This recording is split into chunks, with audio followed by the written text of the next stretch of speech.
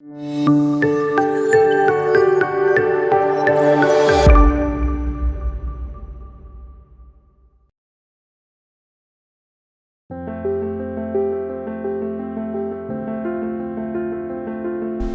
the 23rd of September, we are celebrating the feast of Saint Pio of Pietrelcina.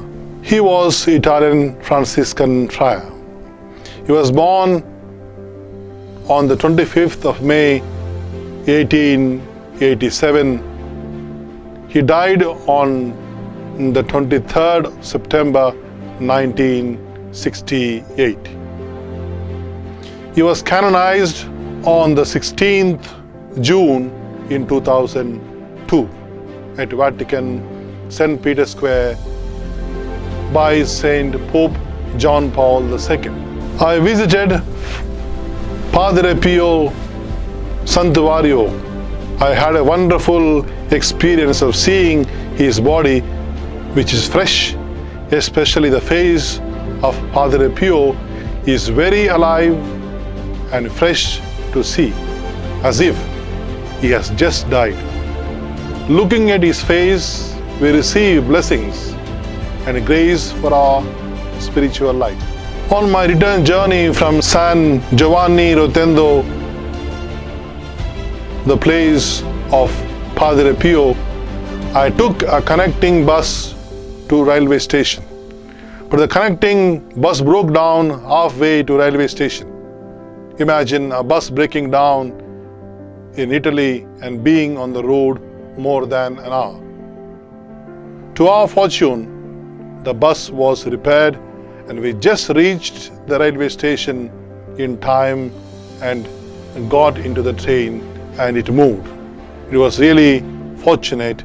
I take it as a blessing. On the 28th Friday, September 1918, Padre Pio had experience of God. From that day, he had an invisible stigmata for 3 years. Padre Pio stigmata have remained with him about 42 years. He has been the subject of endless and often painful medical examinations and has undergone every kind of healing treatment, but the wounds remained open, completely free from infection.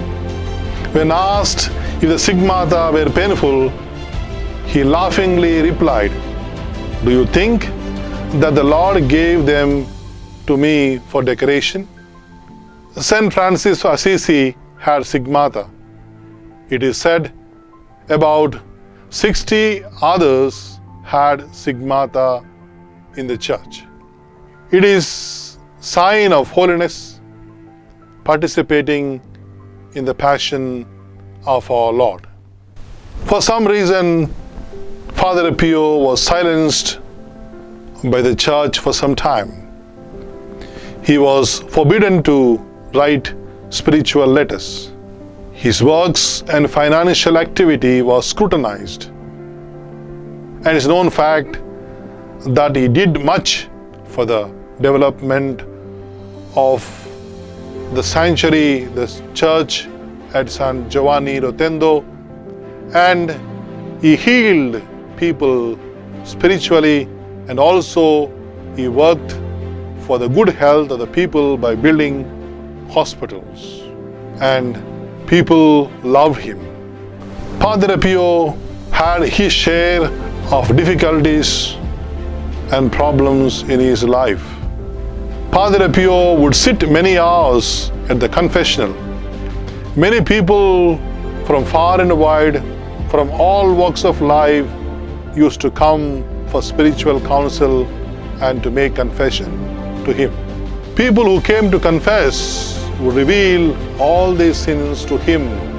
If not, he would even tell the people the sins which they have not confessed. He calmed the hearts of so many people and gave them joy and peace.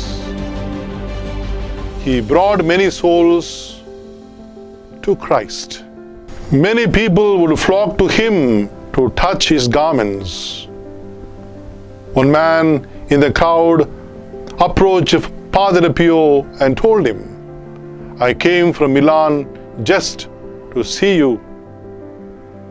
Padre Pio smiled and said, "Good, you came all the way from Milan to see me." Then he asked, "Haven't you got a prayer book at home? You could have saved yourself from the trip. God bless you. Say a Hail Mary, my dear son." And a visit to holy place we all wish, we all envisage, we all long.